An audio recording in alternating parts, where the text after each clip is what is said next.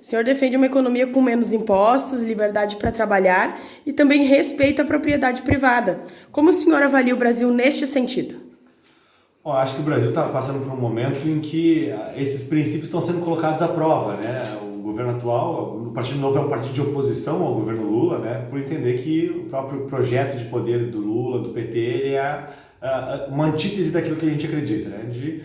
Não respeita a propriedade privada, não tem essas mesmas premissas que nós temos como fundamentais para ter prosperidade, que é a liberdade econômica, ou seja, uma carga tributária menor, deixar mais dinheiro no bolso do cidadão em vez de no caixa do Estado, com uma máquina do Estado mais enxuta e mais efetiva, né? A lógica do governo federal é uma lógica do Estado grande, né?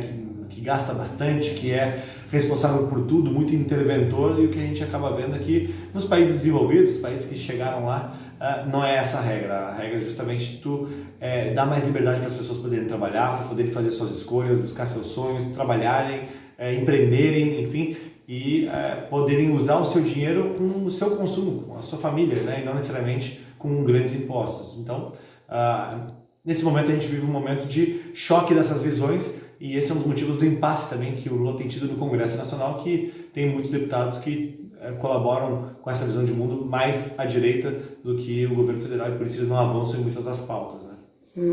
Em seus perfis, o senhor se apresenta como o maior revogador das leis para a desburocratização na história de Porto Alegre. Então, hoje se fala que o governador Leite, para desburocratizar, propôs mudanças em leis ambientais. Como, então, tu avalia essa situação e eventuais riscos ambientais? Até a legislação ambiental na Assembleia Legislativa foi modificada, na minha opinião foi uma boa legislação, que ela deixou inclusive mais claro quais são as atribuições, responsabilidades, prazos, permite que a gente consiga receber investimentos e ao mesmo tempo conseguir fazer as compensações devidas e sempre com laudos técnicos ambientais que amparem. Me parece que o Rio Grande do Sul durante muito tempo foi um dos piores estados em tempo de licenciamento e também em afastamento de investimentos.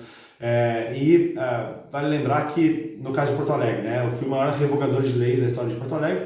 Porto Alegre é uma das piores capitais para se abrir empresas, quando eu comecei meu trabalho de vereador lá. Hoje, a gente tem, na capital dos gaúchos, uma das melhores cidades para se investir. Ou melhor, tinha até antes dessa ocorrência desses eventos trágicos, aí, das enchentes.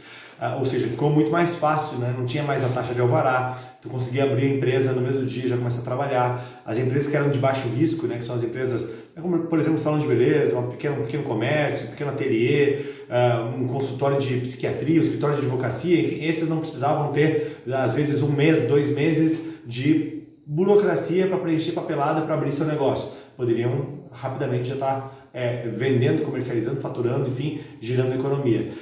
No estado, a gente tem esse entrave ainda, né? Aliás, esse evento que a gente teve extraordinário, dessas cheias, dessas enchentes, um dos motivos se deve justamente à nossa morosidade de licenciamento ambiental. Por exemplo, na questão das dragagens, desde 2002 nós não temos dragagens de areia em boa parte da bacia dos rios. A gente está com os rios assoreados e faz muito tempo que a gente não consegue executar dragagens nos canais hidroviários ou mesmo fora deles. A gente tem processos na FEPAM que estão há mais de 10 anos para serem analisados em termos de restituição do calado, que dá mais capacidade de receber volume de água nos corpos hídricos do estado. Tendo menos capacidade de receber volumes hídricos, né, de chuvas, eles extravasam com mais facilidade, ou seja, agravam a situação de cheias. Para não falar também de todas as demais alternativas para contenção de água ou mitigação de enchentes, sejam barragens, açudes, diques e outros sistemas. Então, eu acho que, inclusive, a alteração da legislação favorece que a gente avance nesse tipo de engenharia protetiva também, né? E vai ser um dever de casa agora do Estado conseguir avançar nisso e, inevitavelmente, vai precisar fazer em conjunto com os municípios e com o governo federal. Legal. E do ponto de vista econômico, o que é preciso para o Rio Grande do Sul sair dessa situação e voltar a produzir e gerar emprego, ao menos, né, nos patamares do início deste ano? Olha, dada a gravidade dos eventos e a extensão dos prejuízos na proximidade de uma centena de bilhão de reais, né, inevitavelmente nós precisamos de injeção de recursos por parte do governo federal. O governo federal é aquele que mais arrecada. O estado do Rio Grande do Sul passa anualmente mais de 50 bilhões de reais em impostos para o governo federal, recebe em troca cerca de 13 bilhões apenas. E se o governo federal não entrar ajudando as empresas, ajudando as pessoas, injetando dinheiro para reconstituir infraestrutura, é impossível que os municípios consigam fazer por sua conta, ou mesmo o Estado do Rio Grande do Sul. As medidas até agora anunciadas pelo governo são insuficientes. Boa parte é crédito, ou seja, dinheiro que vai ser pego emprestado e vai ter algum juro para pagar, ou é antecipação de pagamento que já seria das próprias pessoas, como o caso da FGTS. Isso é insuficiente. A soma ali dos cerca de 50 bilhões de reais já anunciados pelo governo federal, boa parte disso é dinheiro emprestado, algum tipo de financiamento. Aí nós precisamos de injeção de dinheiro para já no caixa das empresas e no bolso das pessoas, porque precisa comprar estoque, reconstituir a empresa, botar de pé um prédio, uma loja, começar a voltar a vender, a faturar para pagar salário das pessoas. Aliás, nem mesmo o salário dos trabalhadores está garantido. Teve agora uma medida para pagar aí cerca de 2 salários mínimos por 2 meses emergencialmente.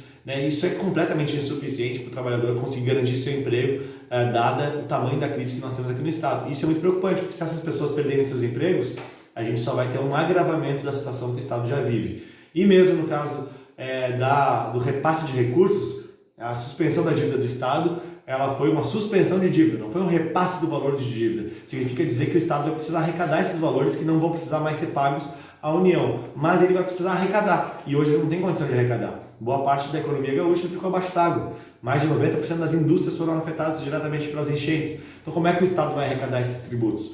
Com uma economia que não está faturando, não está tributando, não está conseguindo girar. Os municípios estão vendo uma perspectiva de faltar dinheiro para manter suas atividades, para que o posto de saúde possa atender, para que as escolas possam funcionar, para que os salários do município possam ser pagos dos servidores. Se não tiver ajuda federal com injeção de dinheiro, para já, a coisa vai ficar muito difícil. E até agora eu tenho visto muito discurso político, muita foto de coletinha da Defesa Civil e pouca ação e transferência de recurso efetivo.